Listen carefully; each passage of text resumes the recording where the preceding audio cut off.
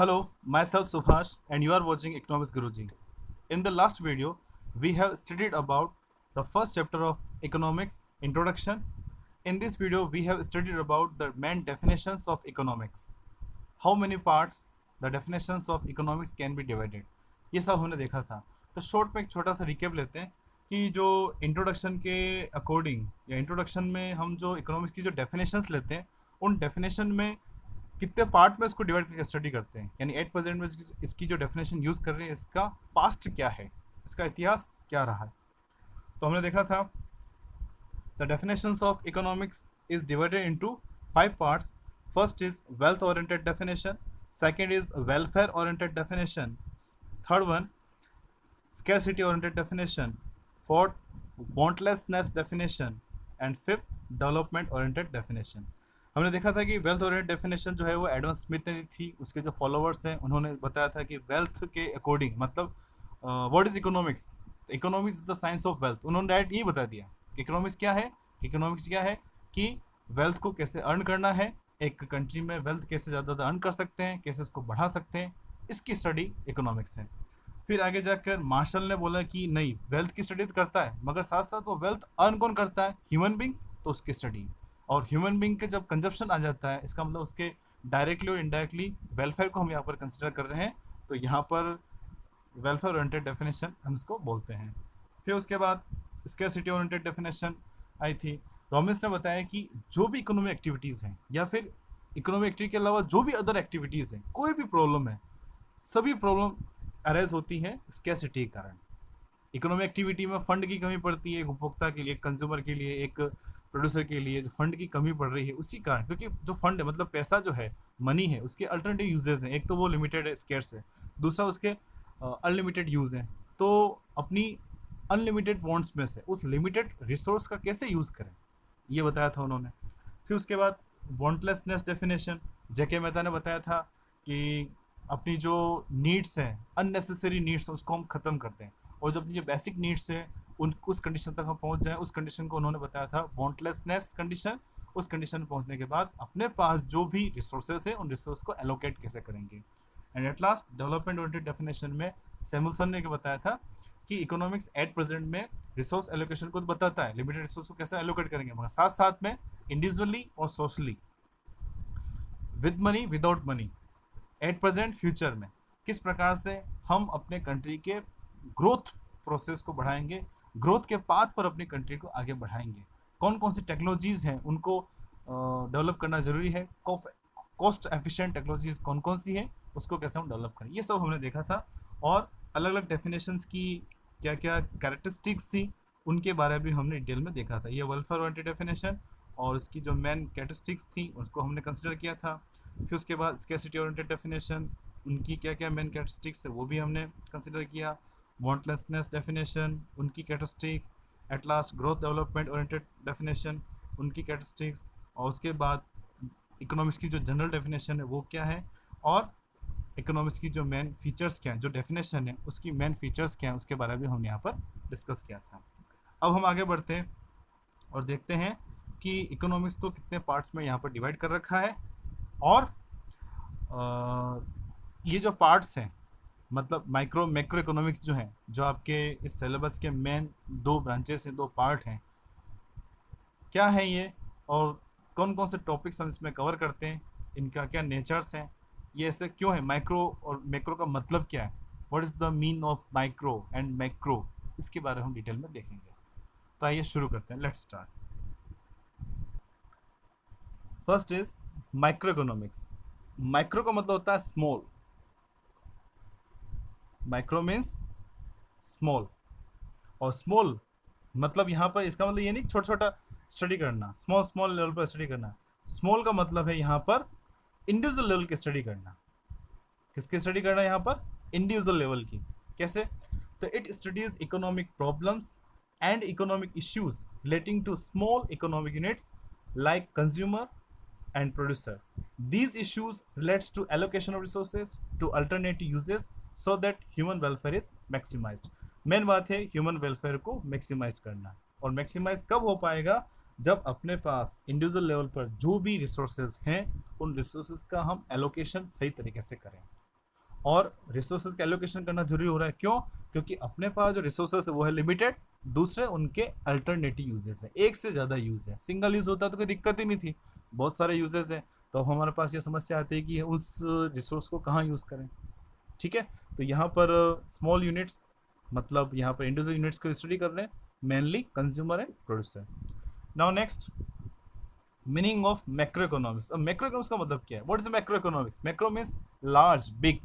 Macro means large. Large का मतलब है यहाँ पर इतना, ये नहीं कि बड़ा बड़ा। लार्ज का मतलब यहाँ पर ग्रुप लेवल। जब हम ग्रुप लेवल की स्टडी हम करते हैं, मतलब एक कंट्री लेवल की जो भी प्रॉब्लम्स हैं, unemployment, poverty, national income, banking, income and output determination, international trade, ये कुछ मुद्दे हैं, टॉपिक्स हैं, प्रॉब्लम्स हैं जो होल लेवल पर एक कंट्री को अफेक्ट करते हैं। उसकी स्टडी जब हम इकोनॉमिक्स करते हैं तो वो कहलाता है मैक्रो इकोनॉमिक्स। ओके, अब बात आती है माइक्रो और मैक्रो को डिस्टिंग्विश क्यों करते हैं, इसको क्लासीफाई क्यों किया, एक साथ स्टडी क्यों नहीं कर रहे हैं, क्यों अलग अलग इनके टॉपिक बना दिए? क्योंकि माइक्रो लेवल की जो इकोनॉमिक प्रॉब्लम्स हैं उनकी, या उनका नेचर, उनकी कंडीशन, उनका नेचर अलग होता है, जबकि मैक्रो लेवल की जो भी इकोनॉमिक प्रॉब्लम्स हैं उनका नेचर अलग होता है और उनके सॉल्यूशंस भी अलग होते हैं। इंडिविजुअल लेवल की जो प्रॉब्लम्स हैं वो सभी कंज्यूमर के लिए, सभी इंडिविजुअल के लिए सेम है। एक प्रोड्यूसर की जो प्रॉब्लम है वो चाहे अपने इंडिया में हो चाहे अमेरिका में हो, सेम होगी। एक कंज्यूमर की जो प्रॉब्लम है, यानी अपने इनकम को कैसे डिस्ट्रीब्यूट करे, एलोकेट करे, खर्च करे ताकि वो मैक्सिमम सेटिस्फेक्शन ले सके, तो उसकी वही प्रॉब्लम एक अमेरिकन कंज्यूमर की वही है, अपने इंडिया में रहने वाले कंज्यूमर की वही है। पर जो मैक्रो लेवल की जो प्रॉब्लम, मतलब होल लेवल पर, ग्रुप लेवल पर, कंट्री लेवल की जो प्रॉब्लम्स हैं वो अलग अलग होती हैं। इंडिया में जो प्रॉब्लम है अपने कंट्री की, उनके सॉल्यूशंस अलग हैं, वो प्रॉब्लम अलग है, उनका नेचर अलग है। जबकि अमेरिका में, चाइना में, रूस में, यूरोप में, ब्रिटेन में, अलग अलग कंट्री में उनके अलग नेचर हैं और उनके अलग अलग सॉल्यूशंस हैं। इसलिए हम यहाँ पर माइक्रो मैक्रो अलग अलग इसको क्लासीफाई करके स्टडी करते हैं। तो आगे बढ़ते हैं, देखते हैं इन दोनों में डिफरेंस क्या है। What is the difference between, what are the main difference between micro and macro economics, दोनों में डिफरेंस क्या है, उसकी स्टडी हम यहाँ पर कर रहे हैं। तो फर्स्ट है यूनिट ऑफ स्टडी, तो it studies the individual unit. मतलब हम माइक्रो में इंडिविजुअल यूनिट की स्टडी करते हैं, मैंने अभी आपको बताया, a single consumer, single producer. But in macro economics it studies whole economy और लार्ज ग्रुप्स। होल इकोनॉमी, पूरी इकोनॉमी एक साथ ले रहे हैं हम, इकोनॉमिक लेवल की जो भी प्रॉब्लम्स हैं उनकी स्टडी हम एक साथ कर रहे हैं। मैंने अभी बताया आपको, जैसे कि पॉवर्टी है, अनएम्प्लॉयमेंट है, पूरी इकोनॉमी लेवल पर होती है, इसलिए हम इसकी स्टडी इसमें करते हैं। Now next, scope. मतलब स्कोप का मतलब हम माइक्रो इकोनॉमिक्स में क्या स्टडी कर रहे हैं और मैक्रो में क्या स्टडी कर रहे हैं। तो those related to marginal analysis are included in. मतलब मार्जिनल का मतलब है इसमें कि एक ज़्यादा एक मार्जिन, मार्जिन का मतलब होता है सीमांत, जहाँ पर सीमांत का अंत हो जाए। अब यहाँ पर एक कदम आगे एक कदम पीछे, तो यहाँ पर इसका मतलब ये है कि जब कंज्यूमर, मतलब यह है कि जब कमोडिटी की प्राइस 1 रुपीज़ बढ़ जाए या कम हो जाए तो कितना कंज्यूमर डिमांड में चेंज लाएगा। जब एक लेबर को एक्स्ट्रा बढ़ाया, कम किया, तो कितना प्रोडक्शन में चेंज आया। तो जब हम मार्जिनल एनालिसिस को ले रहे हैं, एक ज़्यादा एक कम को स्टडी कर रहे हैं, तो वो लगता है मार्जिनल एनालिसिस, वो हम मैक्रो में देखते हैं। जबकि मैक्रो में problems related to whole economy like employment, public finance, income etcetera are included in its scope. इसका स्कोप हम सबको शामिल करते हैं। Now next, assumptions. तो perfect competition and full employment, no intervention of government and free price mechanism, ये कुछ assumption है जो हम माइक्रो इकोनॉमिक्स से लेकर स्टडी करते हैं। आगे जब हम स्टडी करेंगे तो आपको पता चलेगा। और मैक्रो लेवल पर हम क्या करते हैं, present distribution of factor of production is pre determined. मतलब ये मानते हैं कि 8%, हम मैक्रो इकोनॉमिक्स को इनकम एंड आउटपुट डिटर्मिनेशन भी बोलते हैं, ठीक है, या इनकम और एम्प्लॉयमेंट डिटर्मिनेशन भी बोलते हैं इसको। ये क्यों है, कैसे है, इसकी सब स्टडी करते हैं। जब इसमें चेंज आता है तो इनकम पे क्या इफेक्ट आएगा, या जितने भी एलिमेंट्स में चेंज आता है तो इनकम पे क्या इफेक्ट आएगा, और आउटपुट पर क्या इफेक्ट आएगा, एम्प्लॉयमेंट पर क्या इफेक्ट आएगा, तो इसकी स्टडी करते हैं। पर पहले से इक्विलिब्रियम में मानते हैं, क्या दिया यहाँ पर, present distribution of factors of production is predetermined. जितने भी फैक्टर प्रोडक्शन है होल इकोनॉमिक लेवल पर सेम है, इसको हम यहाँ पहले से प्रीडिटरमाइंड मानते हैं। Next, nature. Microeconomic analysis is simple, और macro economic analysis is complexity due to the study of large group. अब ये बात आती है, ये तो है सिंपल, क्योंकि मैंने अभी आपको बताया इसमें उन की स्टडी करते हैं जो इंडिविजुअल लेवल की हैं, जबकि हम इसमें क्या स्टडी कर रहे हैं, जो होल लेवल की हैं, ग्रुप लेवल की, उसकी स्टडी उसमें कर रहे हैं। कंट्री लेवल की प्रॉब्लम की स्टडी कर रहे हैं, तो कंट्री लेवल की प्रॉब्लम्स क्या होती है, नई नई हर दिन क्रिएट होती रहती है, टाइम के अकॉर्डिंग नई नई प्रॉब्लम्स फेस करता रहता है इकोनॉमी। तो इसका नेचर थोड़ा कॉम्प्लेक्सिव है, नई नई प्रॉब्लम्स आती रहती हैं, उनके कैसे सोल्यूशंस होते हैं, उनकी सब स्टडीज में करते हैं। जैसे कि एट प्रेजेंट में अभी कोरोना के कारण वर्ल्ड वाइड डिप्रेशन है। बहुत से इकोनॉमिस्ट बोल रहे हैं कि 1930 में जो मंदी आई थी उससे भी बहुत बड़ी मंदी आएगी अभी। अभी तो हम इससे जूझ रहे हैं, कुछ 3 महीने हुए हैं, 3-4 महीने हुए हैं।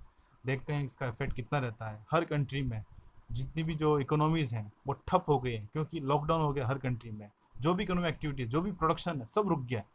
अब कैसे किक स्टार्ट मिलेगा अलग अलग इकोनॉमीज़ को। हर इकोनॉमिस्ट, हर कंट्री में, हर इकोनॉमी में उनके इकोनॉमिस्ट को अब यहाँ पर जद्दोजहद करनी पड़ेगी, मेहनत करनी पड़ेगी, किस प्रकार से अपनी इकोनॉमी को बूस्ट पर लाएं। उसी प्रकार से अपनी इंडियन इकोनॉमी को भी किस प्रकार से वापस लाइन पर लाना है, कैसे बूस्ट देना है, ये सभी नई प्रॉब्लम क्रिएट हो गई है। इसलिए बोलते हैं कि मैक्रो इकोनॉमिक्स जो है उसका नेचर थोड़ा कॉम्प्लेक्सिव है। नेक्स्ट है फोकस और टूल, मतलब किस पर मेन फोकस रहता है। तो micro economics particularly focus on price analysis. अभी मैंने आपको बताया एक कंज्यूमर कितनी प्राइस देना चाहता है, एक प्रोड्यूसर कितनी प्राइस अपने प्रोडक्ट की डिसाइड करना चाहता है, एक लेबर अपनी कितनी वेज डिसाइड करना चाहता है, एक प्रोडक्ट की मार्केट में कितनी प्राइस होगी, वो सब हम इसमें डिसाइड करते हैं। और मैक्रो इकोनॉमिक्स में particularly focus on income analysis. Main बात ये है कि जितनी भी इकोनॉमिक प्रॉब्लम्स है उन सभी इकोनॉमिक प्रॉब्लम्स को इनकम से ही दूर किया जा सकता है। तो मेन बात ये है what is the level of income. बस इकोनॉमी में इनकम लेवल क्या है, क्या होना चाहिए, इसकी स्टडी करते हैं। Now next objective study. हम किस ऑब्जेक्ट को लेकर स्टडी इसमें कर रहे हैं। तो for those related to maximum distribution of resources, यानी इंडिविजुअल लेवल पर जो भी रिसोर्स हैं, चाहे वो इनकम हुई, फैक्टर्स ऑफ प्रोडक्शन हुए, किस प्रकार से उनका एलोकेशन करें ताकि रिटर्न अच्छे से अच्छा मिले। जबकि मैक्रो में for those related to expansion of productivity and full employment, यानी किस प्रकार से अपनी प्रोडक्शन कैपेसिटी को एक्सपांड करें और फुल एम्प्लॉयमेंट लेवल पर रहें या उस पर पहुंच सकें। Now next importance, it studies individual problems and it is less important for comparative study. मतलब ये इंडिविजुअल की स्टडी करता है। हमें अमेरिकन कंज्यूमर और इंडियन कंज्यूमर की जब कंपेयर करने की स्टडी, कभी भी आपने देखा होगा कि हम जब कंपेयर करते हैं तो कंट्री को कंपेयर करते हैं, कभी कंज्यूमर को कंपेयर नहीं करते हैं कि ये कंज्यूमर का स्टैंडर्ड लेवल क्या है, इसका यहाँ पर क्या है। ये बहुत छोटे लेवल पर जाता है। हम जब भी कंपेरेटिव स्टडी की बात करते हैं तो मैक्रो पर जाते हैं कि अमेरिका की नेशनल इनकम क्या है, अपने इंडिया की नेशनल इनकम क्या है, वहाँ पर पॉवर्टी कंडीशन क्या है, यहाँ पर पॉवर्टी कंडीशन क्या है, वहाँ पर एम्प्लॉयमेंट कंडीशन, अपने यहाँ पर एम्प्लॉयमेंट कंडीशन। इट मीन्स जब कभी हम कंपेरेटिव स्टडी कर रहे हैं तो हम मैक्रो लेवल पर जाते हैं। मैक्रो लेवल की स्टडी कभी भी कंपेरेटिव नहीं होती, इसलिए इसकी इंपॉर्टेंस थोड़ी कम है। जबकि मैक्रो इकोनॉमिक्स में हम कंपेरेटिव स्टडी करते हैं, इसलिए इसकी इंपॉर्टेंस ज़्यादा है और इसकी इंपॉर्टेंस लगातार बढ़ती जा रही है। जैसे कि अभी मैंने आपको बताया कोरोना का जो लॉकडाउन हुआ है, जो डिप्रेशन आई है मंदी में, जो मार्केट में, जो इकोनॉमी में जो मंदी आई है, उससे वापस कैसे उबर पाएंगे, इसकी स्टडी कर रहे हैं। इसका मतलब मैक्रो ज़्यादा इम्पोर्टेंट है then micro economics. Okay, now next scope of economics. अब इकोनॉमिक्स के स्कोप को कितने पार्ट में डिवाइड किया। What is scope of a subject. किसी भी सब्जेक्ट को स्कोप का मतलब क्या होता है। स्कोप का मतलब कि उस सब्जेक्ट में हम पढ़ते हैं क्या है, what is the subject matter of that subject.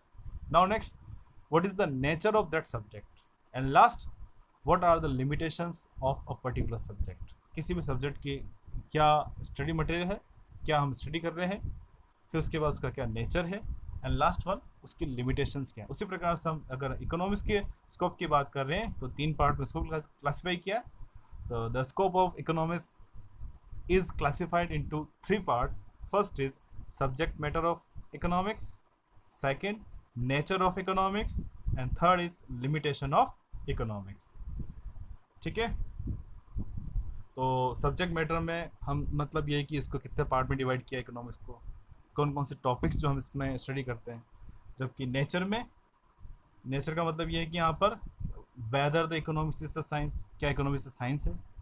फिर उसके बाद वेदर इकोनॉमिक्स पॉजिटिव साइंस और नॉमिनल साइंस। बहुत से इकोनॉमिक्स कहते हैं नहीं इकोनॉमिक्स साइंस है, पर क्वेश्चन ये आता है कि पॉजिटिव साइंस है नॉर्मेटिव साइंस है। और बहुत से इकोनॉमिक्स ये भी कहते हैं whether the economics is an art also, मतलब इकोनॉमिक्स जो उसको कला भी मानते हैं, आर्ट भी मानते हैं, कैसे सब आगे स्टडी करेंगे। Now next, limitations. लिमिटेशन में मतलब इसकी क्या क्या लिमिटेशंस हैं उसके बारे में डिटेल में थोड़ा देखेंगे। तो बढ़ते हैं आगे, स्कोप ऑफ इकोनॉमिक्स, जिसमें फर्स्ट है सब्जेक्ट मैटर ऑफ इकोनॉमिक्स। मतलब ये कि हम इकोनॉमिक्स में किन किन टॉपिक्स की स्टडी कर रहे हैं। सिंपल है, the economics is divided into two main parts, micro economics and macro economics. आपके सामने the subject matter of economics is divided into two parts, micro economics and macro economics. अब micro क्या है, macro क्या है, हम detail में भी देख चुके हैं, उनमें क्या डिफरेंस है वो भी हम इसी वजह से देख चुके हैं। तो अब बात आती है कि माइक्रो में कौन कौन से टॉपिक कवर करते हैं और मैक्रो में कौन कौन से टॉपिक कवर करते हैं। सिंपल है, माइक्रो में कौन से टॉपिक कवर करेंगे, related to consumption, production, exchange, distribution and economic welfare. Twelfth में और फर्दर कॉलेज में जैसे जैसे आप बढ़ते जाएंगे तो आपको अपने आप पता चल जाएगा कि माइक्रो लेवल पर क्या क्या स्टडी करते हैं। उसी प्रकार से हम इस नेशनल इनकम एंड एम्प्लॉयमेंट, मतलब जो ग्रुप लेवल की जो प्रॉब्लम है, national income and employment, general price level, economic development, macro economic theory of distribution, इन सब की स्टडी जो हम इसमें करते हैं। ओके, तो आगे बढ़ते हैं, डिटेल में देखते हैं कि माइक्रो इकोनॉमिक्स का सब्जेक्ट मैटर क्या है। What is the subject matter of micro economics in detail. It is the study of individual economic units, that is the behavior of a consumer and firms. It is the study of how consumer utilize the given resources in the best possible manner in order to maximize their satisfaction and profit. Main बात ये है कि एक consumer या फिर individual, एक consumer या फिर एक प्रोड्यूसर किस प्रकार से अपने प्रॉफिट को या फिर अपना सेटिस्फेक्शन को मैक्सिमम करेगा, यानी उसके लिए सेटिस्फेक्शन को मैक्सिमम करने के लिए, प्रॉफिट को मैक्सिमम करने के लिए अपने पास जो अवेलेबल रिसोर्सेज है वो किस तरीके से, इन व्हाट मैनर, किस मैनर में, किस तरीके से अपने रिसोर्सेज को एलोकेट करें ताकि उसको रिटर्न जो है, return in sense of satisfaction and profit, उसको मैक्सिमम हो सके। It is also the study of demand and supply and how their interaction determine the prices of goods and services, मतलब डिमांड और सप्लाई के कारण goods and services के prices में क्या चेंज आ रहा है उसकी स्टडी कर रहे हैं। फिर micro economics helps in showing the three central problems, what to produce, how to produce and for whom to produce. Main जो प्रॉब्लम्स है ये भी आगे आएंगे, डिटेल में देखेंगे। तो मेन जो इकोनॉमिक प्रॉब्लम्स है, what to produce, how to produce and for whom to produce, इनको कैसे सॉल्व करते हैं माइक्रो लेवल पर, उसकी स्टडी इसमें करते हैं। ओके, और मेन बात यह है कि प्राइजेस कैसे डिटरमाइन होगी किसी भी प्रोडक्ट की, चाहे किसी भी लेबर की जो वेज है वो कैसे डिटरमाइन होगी, उसकी स्टडी हम इसमें देखते हैं। Now next, macro economics. Macro means अभी बताया था थोड़ी देर पहले, याद है? मैक्रो मीन्स लार्ज, बड़ा। बड़े का मतलब यहाँ पर ये नहीं बड़े की स्टडी करना, बड़े का मतलब है यहाँ पर लार्ज लेवल, ग्रुप लेवल की स्टडी करना। ग्रुप लेवल की जो प्रॉब्लम, मतलब इकोनॉमिक लेवल की जो प्रॉब्लम है, पूरी इकोनॉमी लेवल की जो प्रॉब्लम है उसकी स्टडी जब हम करते हैं तो वो आता है उसमें मैक्रो इकोनॉमिक्स में। ओके, तो इसका सब्जेक्ट मैटर हम क्या क्या इंक्लूड करते हैं वो हम देखते हैं। In macroeconomics, we study how the economy as a whole operates. It focuses on the determination of aggregate measures like aggregate demand, aggregate supply, general price level, and how they are changed over time. क्या क्या इसमें study करते हैं? एक तो whole level पर जो भी प्रॉब्लम्स है उसकी स्टडी करते हैं। फिर उसमें मेन वर्ड आ रहा है एग्रीगेट। एग्रीगेट का मतलब होता है टोटल, कुल। Aggregate demand, aggregate supply, aggregate saving, aggregate expenditure. Aggregate का मतलब टोटल नहीं, एग्रीगेट में सब आ गया। एग्रीगेट कंजप्शन इट मीन्स चाहे वो इंडिविजुअल कंजप्शन है, कॉर्पोरेट सेक्टर का कंजप्शन है, गवर्नमेंट का कंजप्शन है, एक्सपोर्ट्स हैं, सबको इंक्लूड करेंगे इसमें, वो सब एग्रीगेट लेवल पर आता है। तो एग्रीगेट मतलब टोटल, कुल, सब आ गया, छोटी मोटी सब चीज़ें आ गई इसमें, उसकी स्टडी हम मैक्रो में करते हैं। Next, it is also known as the theory of income and employment. अभी मैंने अब आपको बताया क्यों है theory of income and employment, क्योंकि इसमें मेन जो फोकस रहता है वो फोकस ये है कि इकोनॉमी में इनकम और एम्प्लॉयमेंट लेवल क्या हो, उसकी स्टडी इसमें हम करते हैं। ओके, और कैसे डिटरमाइन होते हैं, कैसे चेंज होते हैं, उसके स्टडी हम इसमें देखते हैं. Now next, macro economics helps in understanding and solving problems like inflation, unemployment, balance of payment, disequilibrium, poverty, etc. ये जो मेजर इकोनॉमिक प्रॉब्लम्स हैं जो इकोनॉमी लेवल पर होती हैं, ये प्रॉब्लम्स क्या हैं और इनको सॉल्व कैसे करें, इन प्रॉब्लम्स को समझना और कौन कौन से इसके मॉडल्स हैं उसको दूर करने के, कैसे उनको अप्लाई करना, वो सब स्टडी हम मैक्रो इकोनॉमिक्स में लेते हैं. Okay, now next, types of micro and macro economics. तो अभी तक हमने क्या क्या पढ़ा, क्या क्या देखा. We have studied about the two main branches of economics, that is micro and macro. What are the main differences, ये भी कंसिडर कर लिए. What is the scope of economics, it means subject matter of economics. First part जो है इसका subject matter, वो भी हमने कंसिडर कर लिया कि माइक्रो में क्या स्टडी कर रहे हो, मैक्रो में क्या स्टडी कर रहे हैं. अब micro macro, these are the two main parts of economics. It is also further classified into 5 subparts: micro partial, micro total, micro dynamic, micro static and micro competitive. As it is macro level पर ही 5 part उसको divide किया. तो first जो है यहाँ पर micro total, sorry micro partial, इसकी हम स्टडी करते हैं. माइक्रो और पार्शल दोनों वर्ड आ रहे हैं. माइक्रो मतलब छोटा, पार्शल मतलब आंशिक, छोटा रूप. The study assuming that price of the commodity is variable and other factors like consumers income is constant is known as micro partial. Or the study assuming that one micro element of factor is variable and other micro factor are constant known as micro partial. अब micro level पर कोई भी हम factor को लें, कोई भी एक वेरिएबल को, जैसे कि डिमांड ऑफ ए मोबाइल की जो डिमांड है उसकी प्राइस, या फिर कंज्यूमर की इनकम, या फिर कंज्यूमर का क्या प्रेफरेंस है, उस पर उसको डिपेंड करेगा. तो जब हम सभी फैक्टर में सिर्फ प्राइस को वेरिएबल मान रहे हैं, मतलब प्राइस में चेंज को मान रहे हैं, बाकी सब कांस्टेंट मान रहे हैं, हम ये मान रहे हैं कि कंज्यूमर की इनकम में कोई चेंज नहीं हो रहा है, हम ये मान रहे हैं कि there is no change in taste and preferences of consumer, हम ये भी मान रहे हैं कि इस कंज्यूमर जो कमोडिटी मार्केट में कंज्यूम कर रहे हैं, जैसे मोबाइल है, उसका कोई सब्स्टिट्यूट मार्केट में नहीं है. तो उस कंडीशन में जब हम इसकी स्टडी करते हैं, यानी हमने क्या देखा है कि सब जितने भी माइक्रो लेवल के जो फैक्टर्स है उसमें सिर्फ हमने प्राइस को, एक को हमने वेरिएबल माना, बाकी सब को हम यहाँ पर फिक्स्ड जो है वो एज्यूम कर रहे हैं.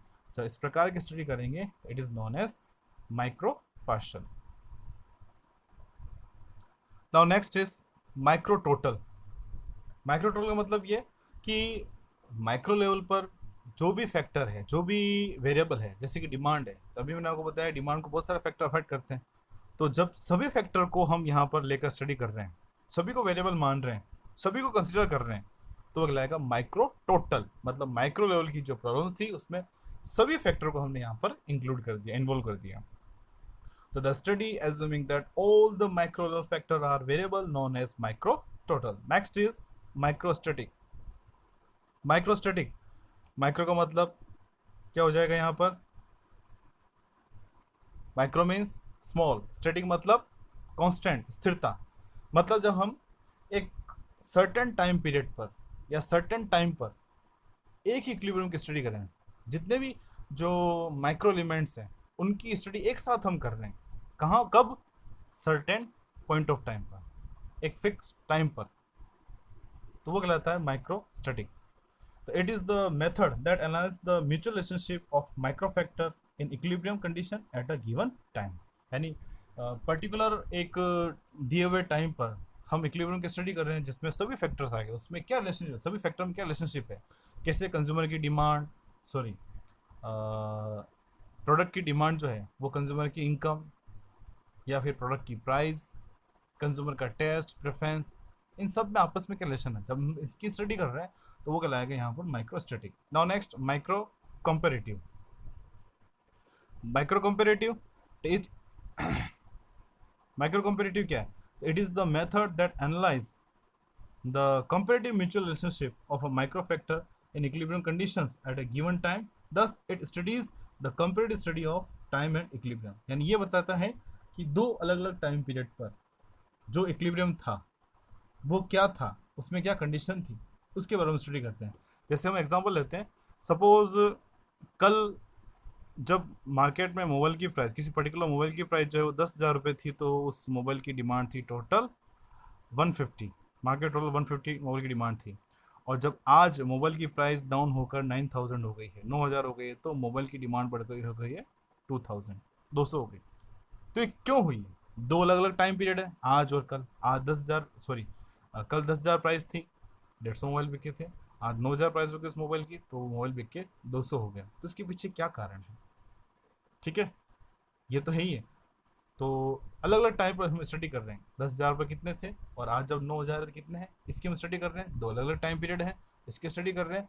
तो simply it is known as comparative. पर इसके पीछे कारण क्या है, क्यों मोबाइल की प्राइस घटने पर उसकी डिमांड बढ़ी? डिमांड 50 मोबाइल बढ़ गई, कल सिर्फ 150 थे, आज 200 हो गए, 200 हो गए। इसके पीछे क्या कारण है? कौन कौन से कारण इसमें काम कर रहे हैं, कौन कौन से फैक्टर्स हैं, क्यों हुआ है?